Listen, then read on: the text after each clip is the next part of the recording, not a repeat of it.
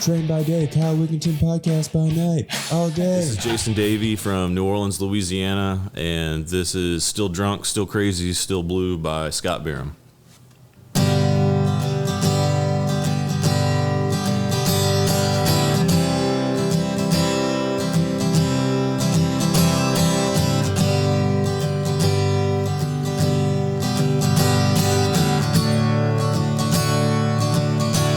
With a broken part of me, and this trouble so hard, and this washed up way of living, since we've been apart, after all we've been through, and even after I lost you, I'm still drunk, I'm still crazy, I'm still blue. You know, sweat gets so cold, alone every night. There ain't nothing on TV, you know nothing ain't right. I've been rolling and rolling, honey, all the night through. I'm still drunk, I'm still crazy, I'm still blue. I'm still drunk, I'm still blue, I'm still all tore up over you. I'm still stoned, I'm still alone, I'm still wrong.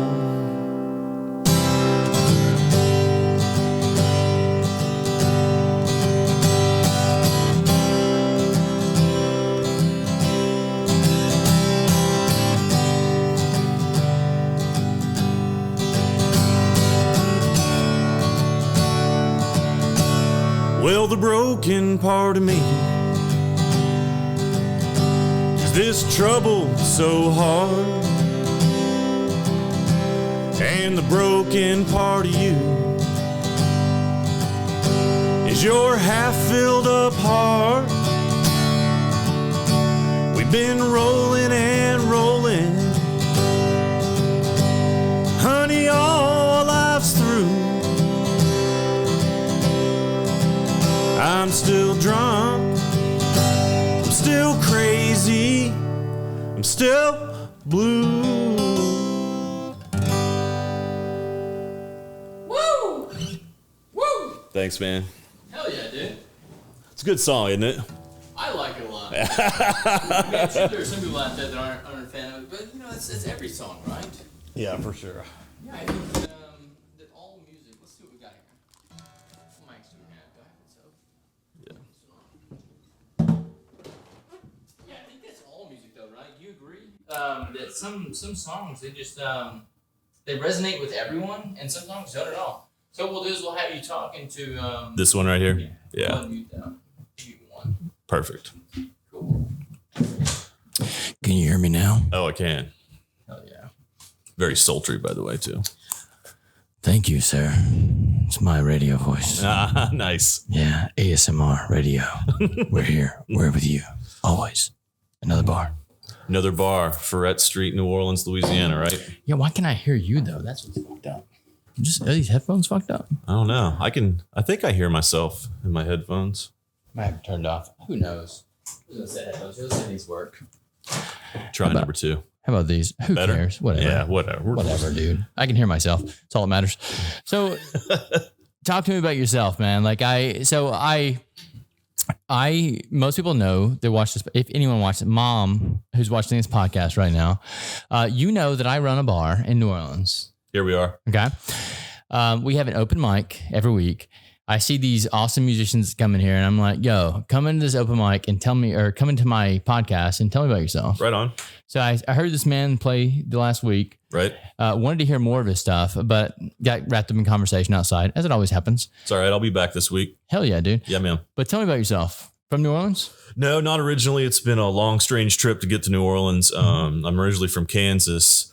I was in the Marine Corps, so I moved out to North Carolina.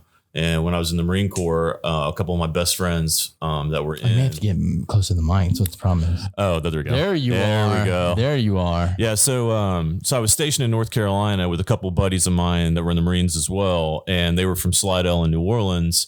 And my brother got a full ride scholarship for LSU for drumming. And so every opportunity that we have, like they call them 96s in the Marine Corps, you get 4 days off. We would jump in the car, drive 20 hours straight from North Carolina, party for 48 hours, and then drive 20 hours back. Yeah. And usually show up drunk. And, but I just fell in love with it. The first time that I came down here, I went to a school in Meridian, Mississippi, right up the road, took a train down to New Orleans one time.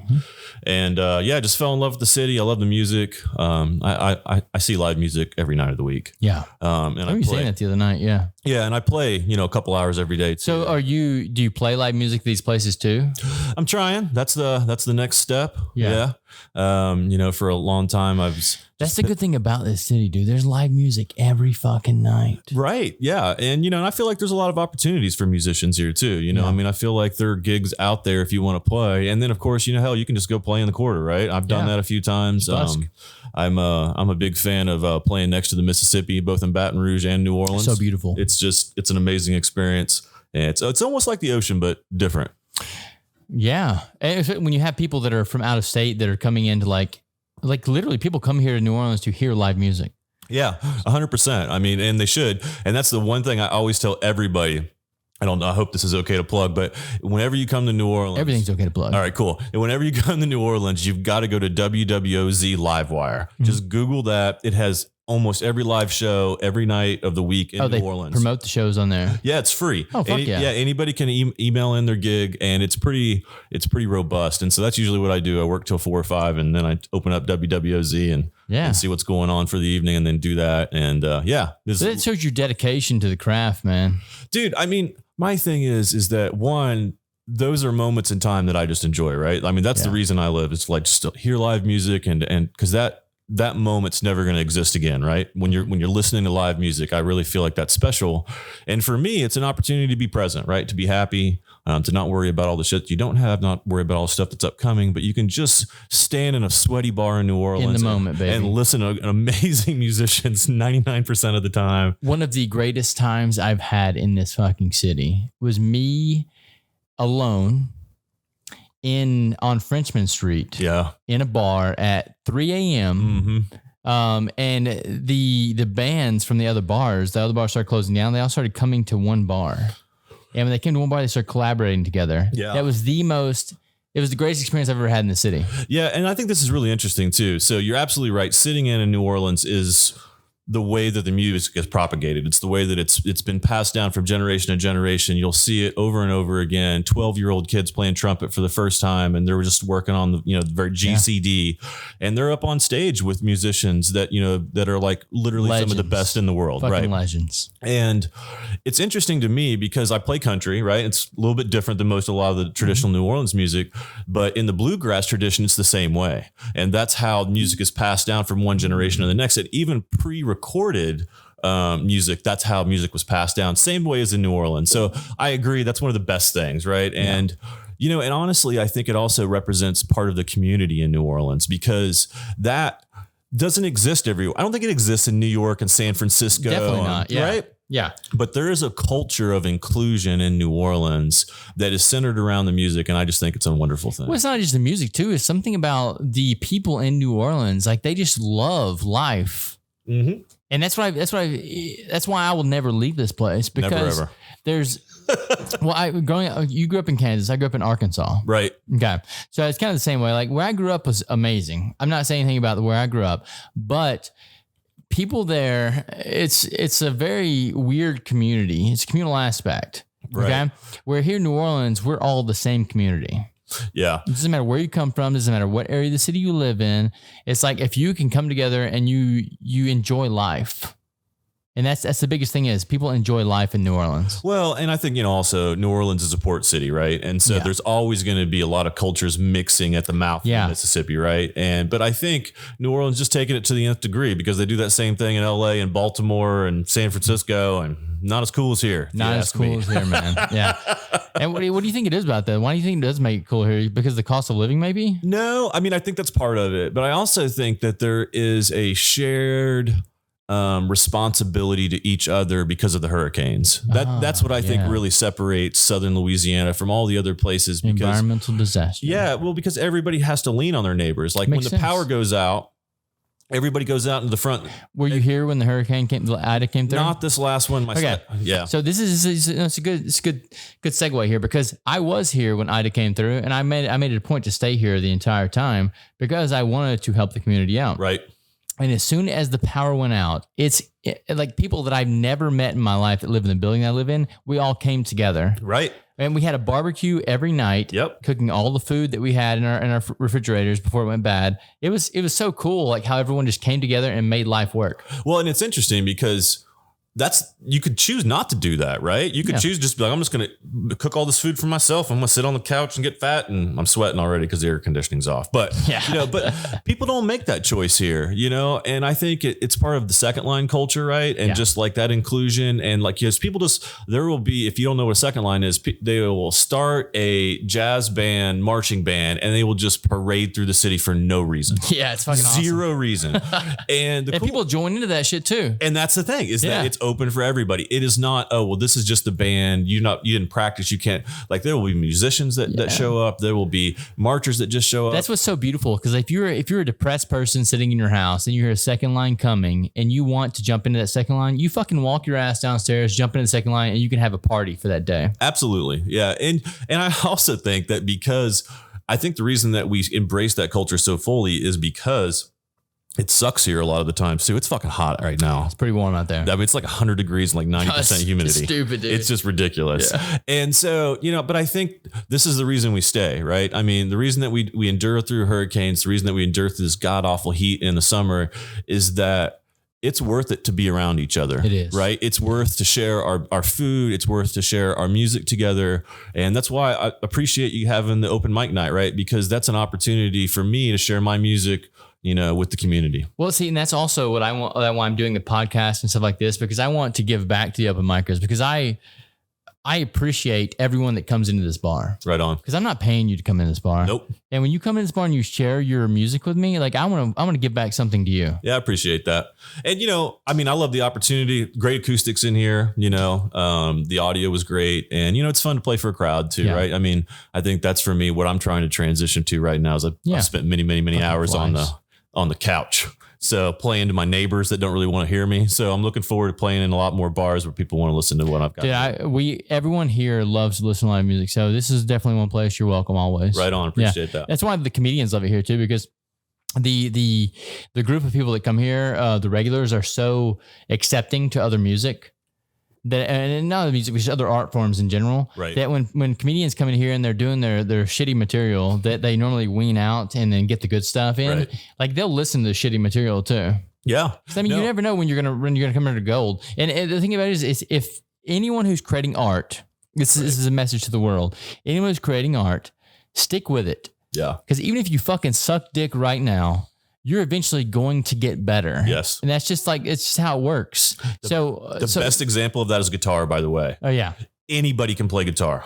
I'm telling you, anybody. It just takes 3,000 hours of practice. Yeah, right. That's it. Yeah, that's all. And you think about like those geeky kids that were didn't talk to anybody in high school, but they're amazing guitar players. That's literally because they sat on their bed for 10 hours a night playing every night of the week. They had no friends. They were like, fuck it, I'm just going to guitar it up. And they created art. That's everything though, right? It's everything. Yeah, anything that you want to do, if you just keep putting hours in, you're going to get better at it. Yeah, I was just talking to a friend of mine the other day, and we learn from our failures much more than our successes. Yeah. And I just think that's one of the reasons why it's so good to get out there and play for other people, and be nervous and you fuck up a little bit. But know that that's your art, right? And you're getting better at it, and hopefully, forging the type of community that you want.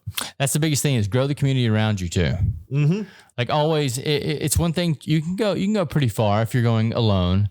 But if you want to actually go really far, you go with people around you. It takes a village, right? Yeah. That's anything. With anything. It's just true. Very few things can be done solo in life. in my experience. And, that's true. Yeah. Especially the Marine Corps background. Like, I mean, I grew up in a squad. Well, that's what they tell you to do. They teach you to train to work in a squad. Absolutely. So for me, I went to school and played basketball. Yep. Same thing. They taught us to work in a squad. Yep. Like everything we did, we ate, we slept. We didn't sleep together, but we ate, we like slept in the same community together. Okay. Put it that way. We worked out every fucking day. We went to study hall together. They wanted us to do this because of the same thing, the squad aspect of it. Right. Anytime you move as a community, you move far. Yeah. I mean, I think there are some people that are reserved, but I think on the whole, all humans are social creatures. And I think that the more that we interact with each other in community, the better we feel. Well, that's why podcasts are so huge. Right.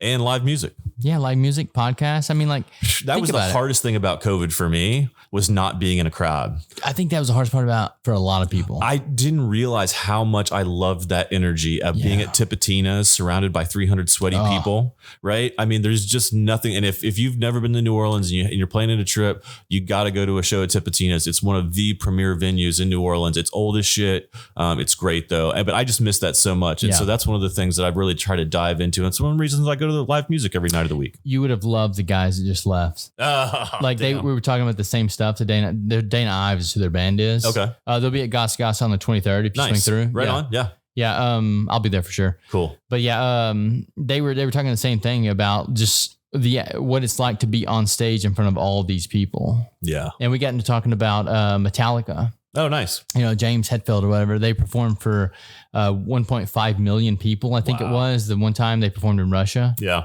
Can you imagine that? No. 1.5 million people in front of you in a crowd raving to your music, helicopters fucking flying everywhere.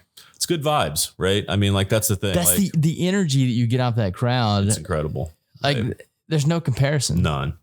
Yeah. Like, yeah, absolutely. I just think, and you know what, how neat is it that art can bring that many people together? It's crazy, dude. Right. What other thing brings that many people together? Nothing. In peace. Death. Right. In peace though. Right. That's the thing is that it's a celebration of something positive. And I think that's great.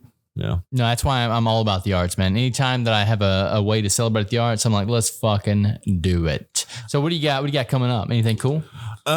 So I just picked up a new gig over at Pete's and the Irish Channel. We still got to work out the logistics, but I'm gonna start playing over there soon. Playing Neutral Ground Coffees a couple blocks from here. They have a open mic gig on Sunday night, so I'm gonna add that into my rotation. Honestly, my goal is just to be playing 7 nights a week. What do you want to do? Do you want to make an album and stuff? I've got this great idea actually. Let me run it by you and see what you think. Yeah. So my guitar teacher Ed Barrett, him and I have been working together for years and years. He's a great jazz guitarist here in New Orleans. We're working on a song right now, and my goal is actually to write one song with all of the great musicians that we have here in New Orleans.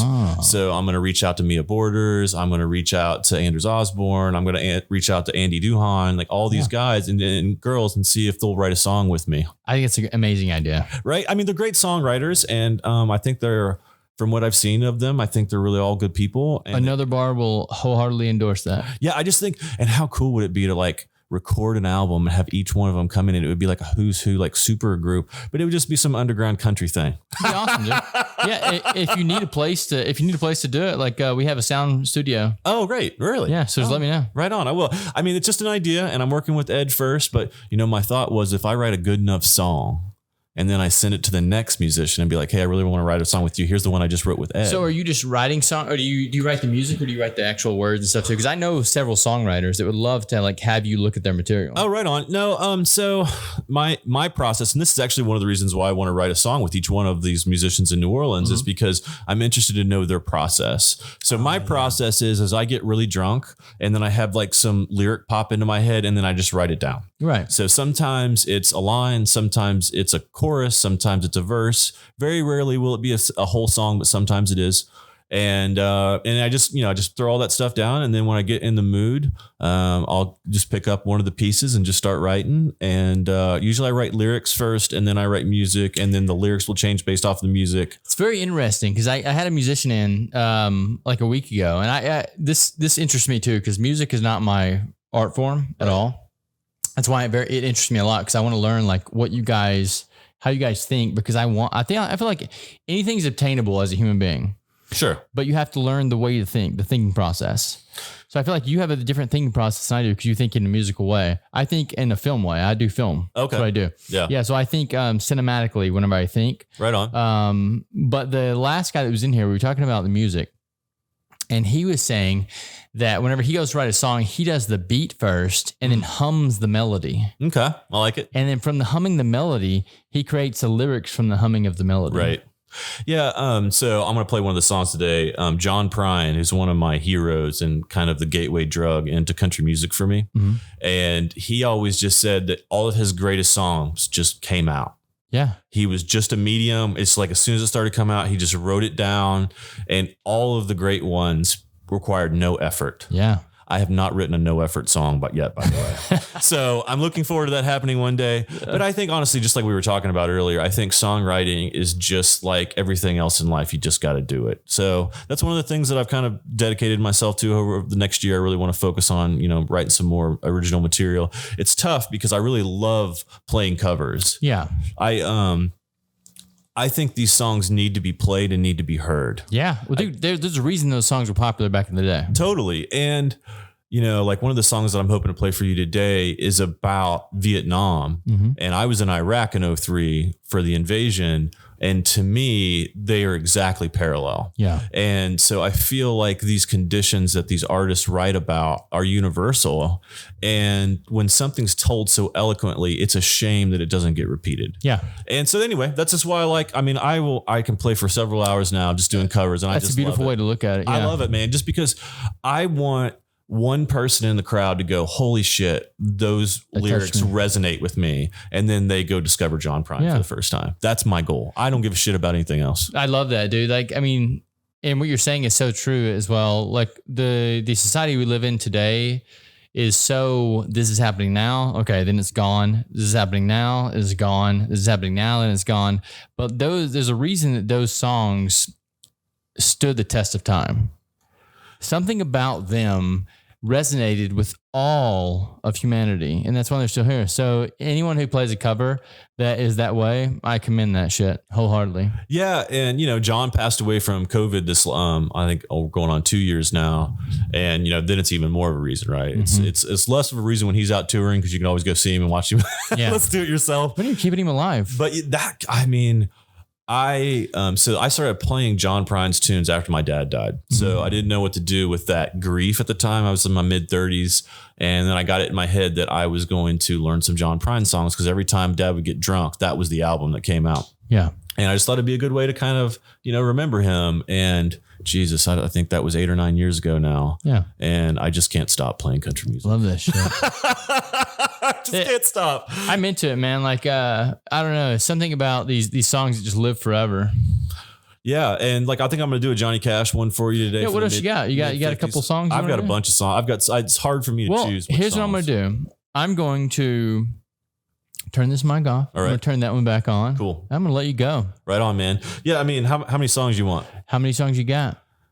I will play until you have to leave. How about that? Oh, I like it. That's a half hour. That's what we'll do. Yeah. Cool. I'm gonna step away. I'm gonna press record. I'm gonna go. Right on, man. Okay. Appreciate it. Hey, this was super fun. Dude. Yeah. Thank you for coming in. Yeah. Thanks for inviting me. This isn't your only time you're gonna be on. And I'm a dad today, and so this is Father's Day. Happy Father's Day to everybody out there. Day. Shit, I gotta call my dad. Thank you for saying that. Yeah, no worries. And so so this is kind of a special Father's Day treat for me. Hell yeah, dude. Thank you. Yeah.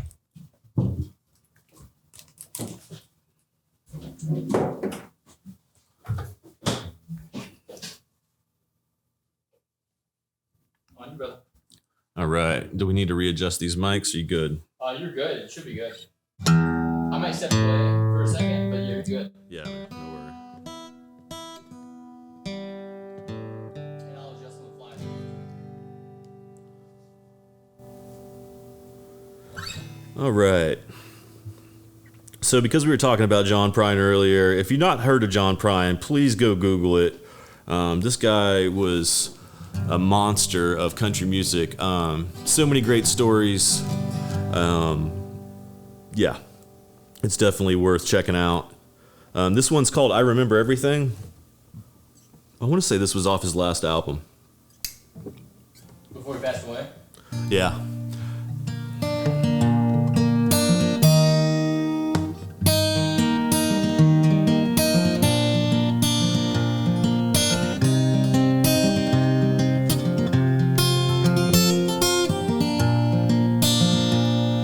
I've been down this road before. I remember every tree, every single blade of grass holds a special place for me. And I remember every town, every hotel room, every song I ever sang on a guitar out of tune. And I remember everything, things I can't forget. The way you turned and smiled on me on the night that we first met. And I remember every night your ocean eyes of blue, how I miss you in the morning light, like the roses miss the dew.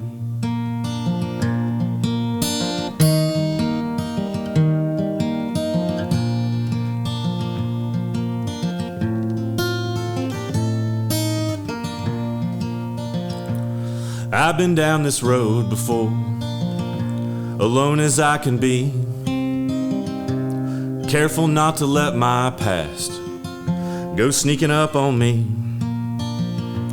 Got no future in my happiness, though regrets are very few. Sometimes a little tenderness was the best that I could do. And I remember everything, things I can't forget. Swimming pools of butterflies that slipped right through the net. And I remember every night your ocean eyes of blue, how I miss you in the morning light, like the roses miss the dew. How I miss you in the morning light, like the roses miss the dew.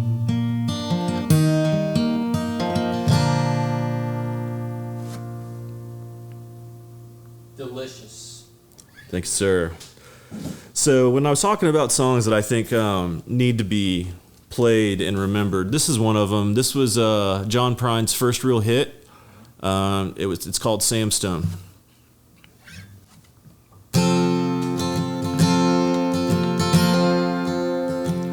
Sam Stone came home to his wife and family after serving in the conflict overseas.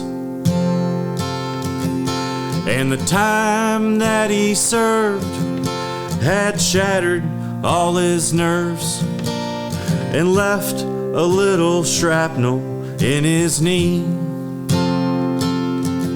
But the morphine eased the pain, and the grass grew round his brain and gave him all the confidence he'd lacked. With a purple heart and a monkey on his back, there's a hole in Daddy's arm where all the money goes. Jesus Christ died for nothing, I suppose. Little pitchers have big ears, don't stop to count the years. Sweet songs never last too long on broken radios. Sam Stone's welcome home didn't last too long. He went to work when he'd spent his last dime, and Sammy took to stealing when he got that empty feeling for $100 habit without overtime. And the gold rolled through his veins like 1,000 railroad trains and eased his mind in the hours that he chose, while the kids ran around wearing other people's clothes. There's a hole in Daddy's arm where all the money goes. Jesus Christ died for nothing, I suppose. Little pitchers have big ears, don't stop to count the years. Sweet songs never last too long on broken radios. Sam Stone was alone when he popped his last balloon, climbing walls while sitting in a chair. Well, he played his last request while the room smelled just like death, with an overdose hovering in the air. But life had lost its fun, and there's nothing to be done but trade his house that he bought on a GI Bill for a flag draped casket on a local hero's hill. There's a hole in Daddy's arm where all the money goes. Jesus Christ died for nothing, I suppose. Little pitchers have big ears, don't stop to count the years. Sweet songs never last too long on broken radios. God damn, what a song, dude. Yeah, man. Like, how do you feel? You resonate with that? Yeah, it's one of the reasons I play it is because I feel like I have the right to. Like I said earlier, I was in Iraq in 2003 for the invasion. I have to drop back in on this one. Yeah, man. And I think honestly that this is probably the path that a lot of our veterans take. And I think it's really super sad that people don't give a fuck. Well, I've seen that here. Yeah. Yeah, like some of the guys that come in here, they're vets, and they rack up quite the bill here. Yeah, man. Me too. Yeah, I'm one of them. I'll raise my hand to that. Well, no, it's and I understand it too because I don't understand because I haven't been there, but I understand it in the way that that seeing that there are traumatic experiences that we have here in modern world that fuck people up majorly. Right. So when you talk about war, like my buddy was telling me that one time their Humvee drove over a mine and disintegrated one of the guys in the vehicle with him. Yeah, and he'll never go a day in his life without seeing that image, right? Yeah. Never ever. That's with him forever. When he was telling me that, I was like, "What?" I was like, "Hang on a second, what?"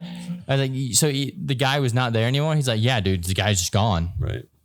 Yeah, and I was a yoga teacher. I guess I am still a yoga teacher. I'm on hiatus. And one of the reasons that I originally became a yoga teacher was because in my opinion, the only way to cure post-traumatic stress is yoga. We need to talk because I'm huge into meditation and yoga. Right on. Yeah. And the reason I believe that is because when we witness those type of traumatic experiences in combat, I'm just talking about in combat, it imprints on the brain. Yeah. Right. That's all the endorphins are flowing, whatever in our natural physiology, our brain is saving that moment in time and saying, we never need to do this again because people died. Right. Yeah. And the only way that I think that you can unprogram your brain from that is yoga and meditation. Have you ever done psychedelics? Of course. Okay. Yeah. And do you think those helped you at all? I haven't done them since the Marine Corps. My daughter just moved away. She's 20. And so I always told myself I would never do psychedelics with a child because you can't. It makes sense. Yeah. You can't take a child to the emergency room if something happens if you're tripping on acid. Yeah. But now that she's gone, it's something I want to look at because, there's in Denver and in Portland, they've legalized it. And one of the big reasons is for that reason, the traumatic experiences. Yeah. So I'm not a big fan of acid. Huge fan of psilocybin. Okay. Yeah, I feel like psilocybin knows how to work with the body better than chemical substances do. Sure. And if you ever get a chance to, I would recommend darkroom tripping on a small psilocybin dose. Okay. Yeah, I've got a friend of mine that does that. And he told me I was kind of sad. Changed my life. I was kind of sad for a while. And he's like, man, if you ever just want to microdose, this really helps me with my depression. Yeah. So if you ever get to that point, let me know. None of this would be possible unless I wouldn't have started doing that. Right. I know. And it's positive, right? Because it's not, I'm not a huge fan of taking medicine every day. Me neither. Yeah. I feel like it changes my personality and I don't like that. Yeah. But I'm all about a reset button. Yeah. That's what psilocybin is. Yeah. It's definitely a reset button. I mean, for me, I've never experienced combat, so I don't have any trauma there. My trauma is just life in general. because I can see that this is not the way things are supposed to work. The society we live in is broken. Well, and it's interesting. I meant to bring this up earlier when we were talking about it. I think one of the reasons that post-traumatic stress in veterans and in like the song with Sam Stone, the reason that is so poignant is because in combat, we're supposed to suspend morality, right? You kill people in combat. That's what happens. Yeah. And for anyone who doesn't know this, that's literally what happens. Like Call of Duty, you know, it's not the same thing. No. But when you're in combat, in real combat, you really kill people. Yes. That's the goal. Yeah. So we shouldn't do that. No. And it's funny because when I went over at Iraq, I'm very liberal, as you can probably imagine. I live in New Orleans, play music all the time. Most people who come to this bar. Yes. Very liberal. Yeah. And my squadron was very, conservative, let's say. And so I was the only one that was really advocating not to go to war all the way up to war. And I even thought for a long time about whether or not I should go or not. But conservative, liberal, it doesn't matter. When you start talking about killing people, it's like, we shouldn't do this. I agree. It seems very simple to me too. Yeah. I know. And then for me, it's even weirder because you go through combat and then you drive through southern Iraq and it's literally like stepping back in time 500 years. Like people are literally still herding sheep over in southern Iraq. Yeah. And so to wage war with modern weapons on those people is just ridiculous. Yeah. Stupid. Yeah. It's immoral. Even the guys that come here that are from southern Iraq, they'll say the same, because like Tulane has a nice international student program. Nice. So they come in the bar all the time and we're talking about the same stuff. And they're like, yeah, it's so stupid to like see the amount of shit you guys have over there and the amount of shit we're fighting with. Right. Yeah. So anyway, it's just tough. Right. And so those are the things that most people who serve in any type of combat role come back with. And it's interesting. I've thought a lot about this, right? Because it affects me. And we're taught for months and months and months how to be soldiers, how to be Marines, how to be airmen, all that stuff, right? Anywhere between 6 weeks and 3 months. Marine Corps boot camp is 3 months. So you're taught for 3 months how to be a Marine, how to normalize. Well, there's a reason for that too. Yeah. How to normalize combat, right? Psychologically. Absolutely.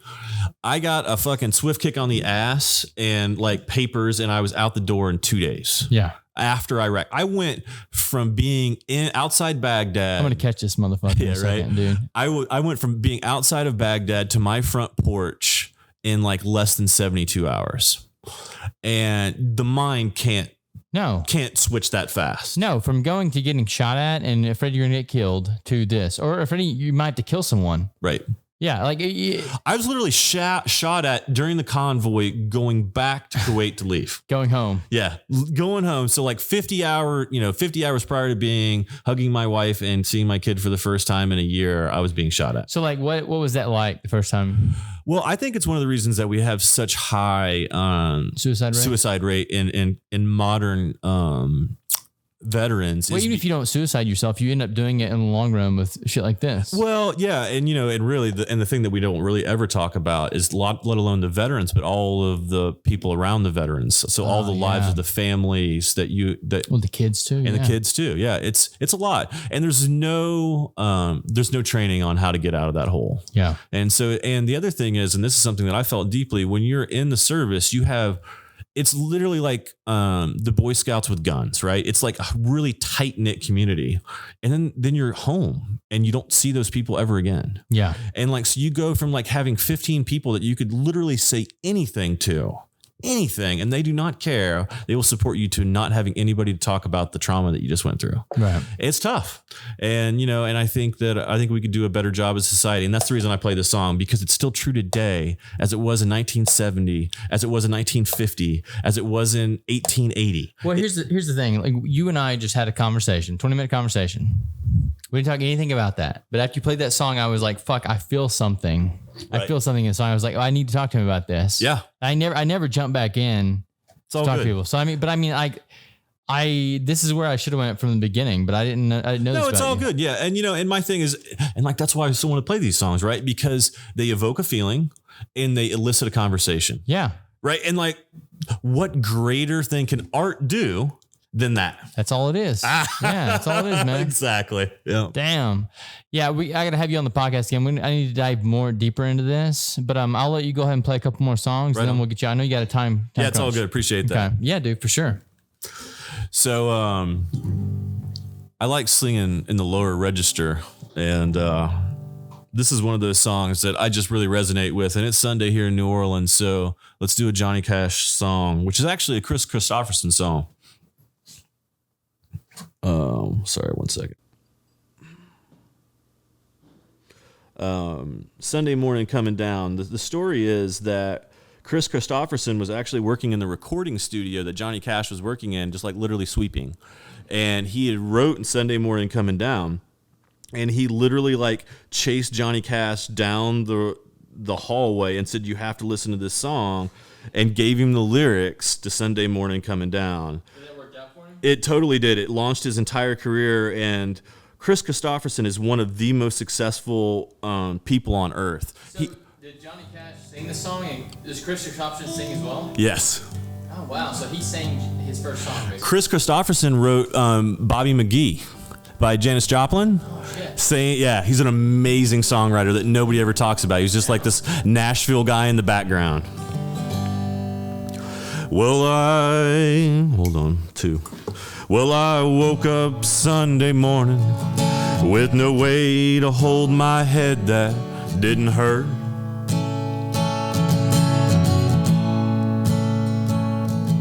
And the beer I had for breakfast wasn't bad, so I had one more for dessert.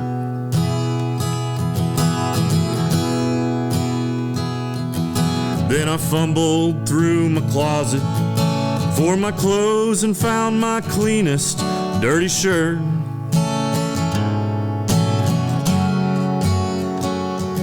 And I shaved my face and combed my hair and stumbled down the stairs to meet the day.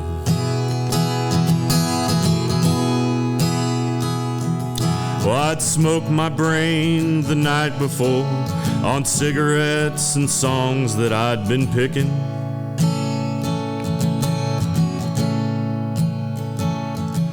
But I lit my first and watched a small kid cussing at a can that he was kicking.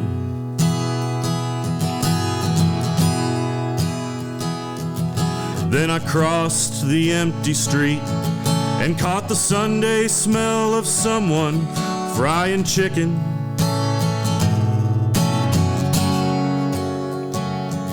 And it took me back to something that I'd lost somewhere, somehow along the way. On the Sunday morning sidewalk, I'm wishing, Lord, that I was stoned. 'Cause there's something in a Sunday that makes a body feel alone. And there's nothing short of dying that's half as lonesome as the sound on the sleeping city sidewalk. And Sunday morning coming down.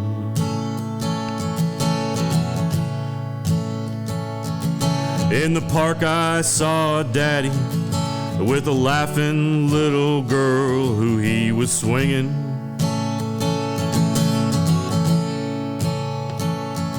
And I stopped beside a Sunday school and listened to the songs that they were singing.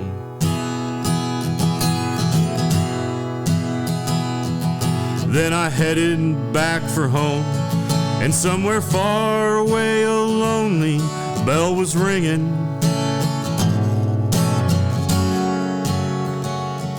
And it echoed through the canyon like a disappearing dreams of yesterday. On a Sunday morning sidewalk, I'm wishing, Lord, that I was stoned. 'Cause there's something in a Sunday that makes a body feel alone. and there's nothing short of dying that's half as lonesome as the sound on the sleeping city sidewalk. And Sunday morning coming down. Woo! Thank you. You got one more for us? So you got what time you got head? Yeah, I think I got 2 more actually. You got time for 2 more? Got all the time in the world. So I got to plug my guitar real fast. This is a Martin D35. It's like mid-90s, and I love this guitar. It's my guitar. I've been looking for this guitar for 25 years, and I finally found it. Did you have a chance to talk to... Yeah, a little bit. Yeah, Brent. Yeah. Did you get information on him? Yeah. You know, he was a cool dude. Music was already starting kind of at that point, so we didn't get a lot to talk about. He's a New Orleans legend, too. Right on, really? Yeah, so if you didn't know this, he's one to look in at. Yeah. Right on, yeah. Super nice guy. I really enjoyed talking to him. All right, so the next one I wanted to do is by a guy named Tyler Childers, who's really burst on the scene the last couple years or so. But I would call him old school country, and really just an amazing songwriter. And Where's he from, do you know? Missouri, actually. Sounds familiar to me. Yeah. Tyler Childers, man, is super good. So, we'll do this one first just because it's fun. So this is Out on a Drunk by Tyler Childers. Okay.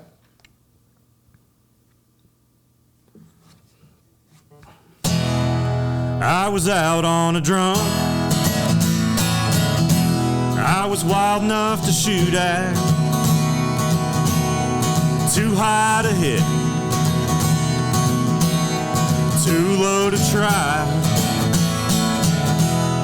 Try as I may to have good intentions. Natural born heathens love backsliders wine.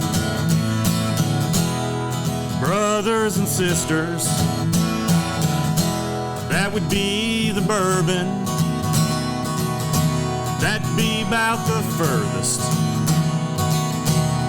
thing that I need. All my born days, I ain't ever been decent at hiding my demons that I'm hauling in me. Too often I reach for things I know keep me from being all that I can, like a man.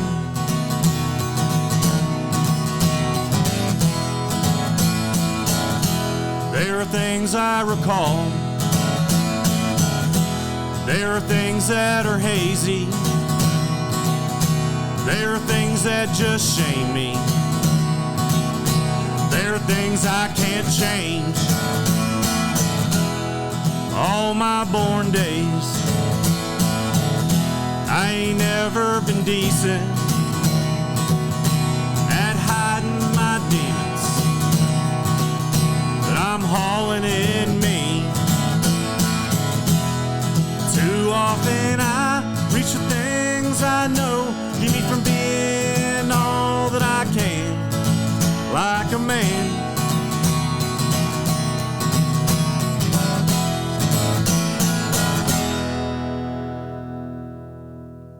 I like it. Yeah, man, good song. Doesn't like being out on a drunk. It's a good thing in New Orleans, right? I mean, like... That's a New Orleans thing for sure, okay? Yeah, no doubt. And there's nothing else you can say that's a good thing about New Orleans. So, I recently got off a whiskey bender, but this is a good song for if you want to be a whiskey drunk.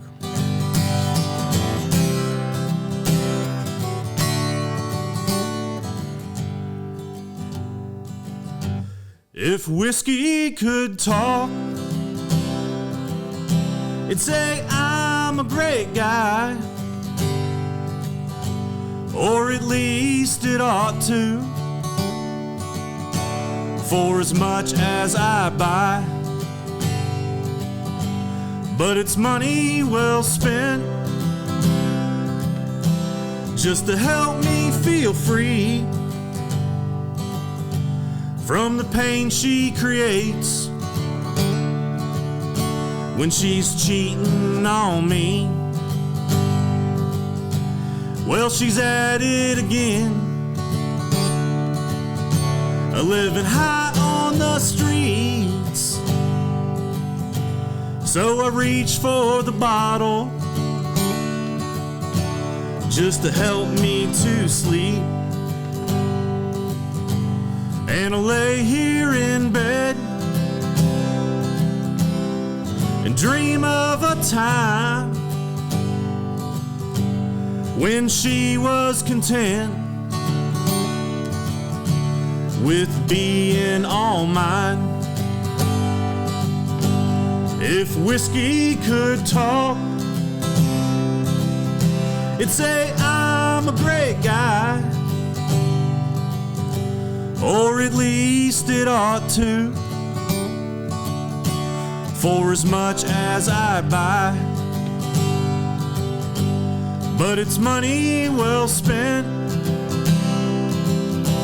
just to help me feel free from the pain she creates when she's cheating on me. Well, she'll come back to me when the lights have gone down and she's ran out of men to buy her a round. But she dreads coming home to that drunk in her bed who's living alone, hanging on by a thread. If whiskey could talk, it'd say I'm a great guy, or at least it ought to, for as much as I buy. But it's money well spent just to help me feel free from the pain she creates when she's cheating on me. So that's the original?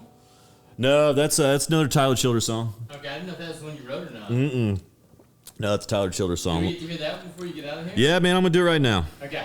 Yeah, so I first wanted to start writing songs, probably a year ago or so. I just kind of got to that point that I was like, okay, Jason, you've been playing everybody else's music. It's time for you to start writing your own songs.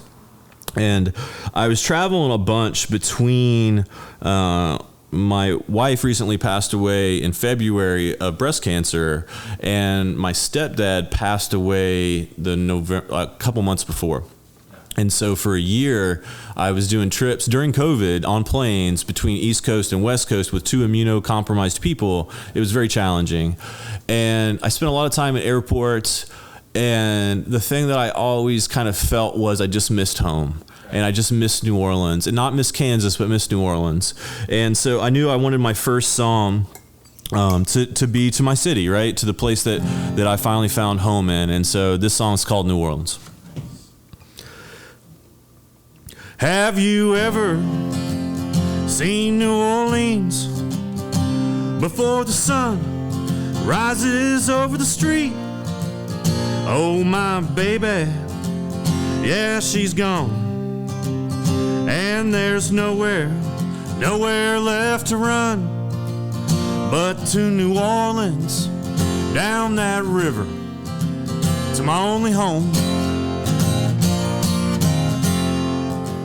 Well, I've traveled near and far, fancy restaurants to dive bars, but every place that I've been, always something missing in the end.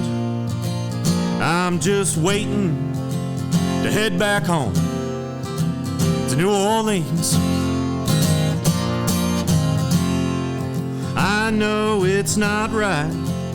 No, not one night can pass by without dreaming of you.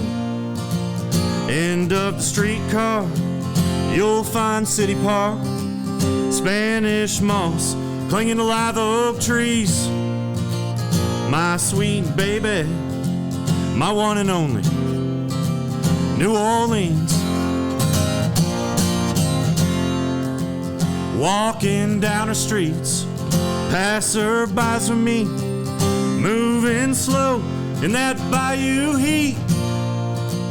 Zydeco music, few cold drinks, lost in the moment. Anytime I stop and think, my heart smiles just at the thought of New Orleans. I'm feeling fine. Hear that second line. Been such a long time, my heart's been true. Come on, baby, we'll go dancing. Dance them blues right out of you.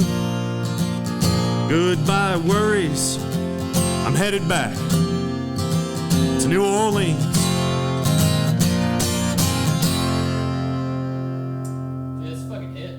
Thanks, man. Hit, dude.